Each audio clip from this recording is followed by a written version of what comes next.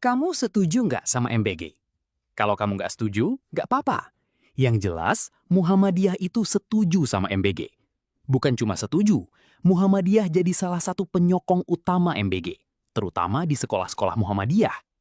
Pernah nggak kamu bayangin, sebuah dapur raksasa yang bisa kasih makan jutaan mulut tanpa 1 rupiah pun dikorupsi?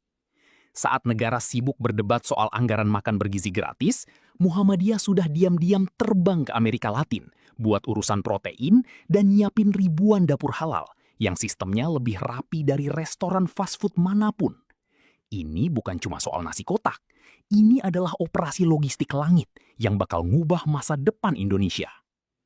Dukungan Muhammadiyah buat program MBG Prabowo Gibran itu bukan basa-basi politik, tapi ijtihad peradaban. Kita nggak cuma bakal bahas dukungannya, tapi kita bedah data dapur MBG Muhammadiyah yang jumlahnya ribuan. Dan kenapa mereka harus jauh-jauh kolaborasi sama Uruguay, sang raksasa daging dunia. Aku bakal ceritain ke kamu sisi gelap stunting yang lagi dilawan pakai teknologi pangan. Dan gimana Muhammadiyah pakai infrastruktur raksasanya buat mastiin anak bangsa nggak cuma kenyang, tapi punya IQ tinggi. Simak proyek raksasa ini sampai habis. Kita mulai pakai data ya, biar kamu nggak dikira dengerin dongeng. Kamu tahu nggak, kalau Muhammadiyah itu punya lebih dari 5.000 sekolah dari tingkat SD sampai SMA, itu belum termasuk 172 perguruan tinggi. Kalau program MBG ini dijalankan serentak, Muhammadiyah sudah punya titik distribusi yang tersebar dari Sabang sampai Merauke. Ini bukan dapur sembarangan. Di setiap wilayah, Muhammadiyah sedang menyiapkan standar dapur pusat. Bayangkan, satu dapur pusat di tingkat daerah bisa melayani 50-100 sekolah di sekitarnya. Manajemennya pakai sistem supply chain digital. Mereka tahu kapan beras habis, mereka tahu kapan daging harus masuk, dan mereka tahu standar kalori setiap piringnya. Dulu Kiai Dahlan cuma minta muridnya kasih makan beberapa orang miskin di pinggir jalan. Sekarang, Muhammadiyah melihat orang miskin itu adalah generasi yang terancam stunting. Data menunjukkan 1 dari 4 anak Indonesia itu stunting. Bagi Muhammadiyah, ini adalah penghinaan terhadap kemanusiaan. Makanya, dukungan terhadap program makan bergizi gratis ini adalah bentuk teologi Al-Ma'un versi modern. Muhammadiyah nggak mau program ini cuma jadi ajang bagi-bagi nasi bungkus yang gizinya nggak jelas. Mereka mendorong standar halalan toyiban. Halal saja nggak cukup, harus toyib, artinya bergizi, bersih, dan menyehatkan. Disinilah Muhammadiyah masuk dengan standar rumah sakitnya. Tim gizi dari RS Muhammadiyah dilibatkan buat nyusun menu mingguan agar takaran karbohidrat, protein, dan nutrisinya pas. Terus, kenapa harus Uruguay? Nah, ini bagian yang paling bikin orang bertanya-tanya. Kenapa Muhammadiyah sampai menjalin komunikasi intens sama pemerintah Uruguay? Jadi gini ceritanya. Indonesia itu butuh protein dalam jumlah masif, terutama daging sapi dan susu. Masalahnya, produksi dalam negeri belum cukup. Dan kalau beli sembarangan, harganya mahal dan kualitasnya nggak stabil. Uruguay itu negara yang punya jumlah sapi 3 kali lipat dari jumlah manusianya. Mereka adalah eksportir daging sapi kelas dunia dengan sistem pelacakan terbaik. Di Uruguay, setiap ekor sapi punya KTP digital. Kita bisa tahu sapi itu makan apa, disuntik apa, dan dipotong kapan. Muhammadiyah pengen standar itu ada di Indonesia. Kolaborasi dengan Uruguay ini mencakup transfer teknologi peternakan. Muhammadiyah pengen lewat program MBG ini, peternak-peternak di bawah binaan Muhammadiyah bisa belajar cara beternak ala Uruguay, agar kita nggak cuma bergantung pada impor daging beku selamanya.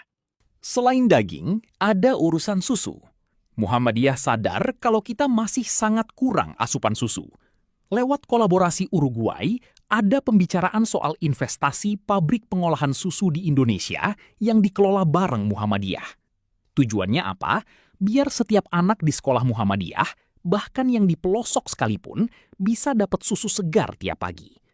Muhammadiyah nggak mau anak-anak kita cuma dikasih susu kental manis yang isinya cuma gula. Mereka pengen susu asli. Ini ijtihad gila, karena Muhammadiyah berani melawan arus industri besar demi kesehatan siswa. Mereka lebih milih capek bangun pabrik sendiri daripada kasih makan sampah ke anak-anak.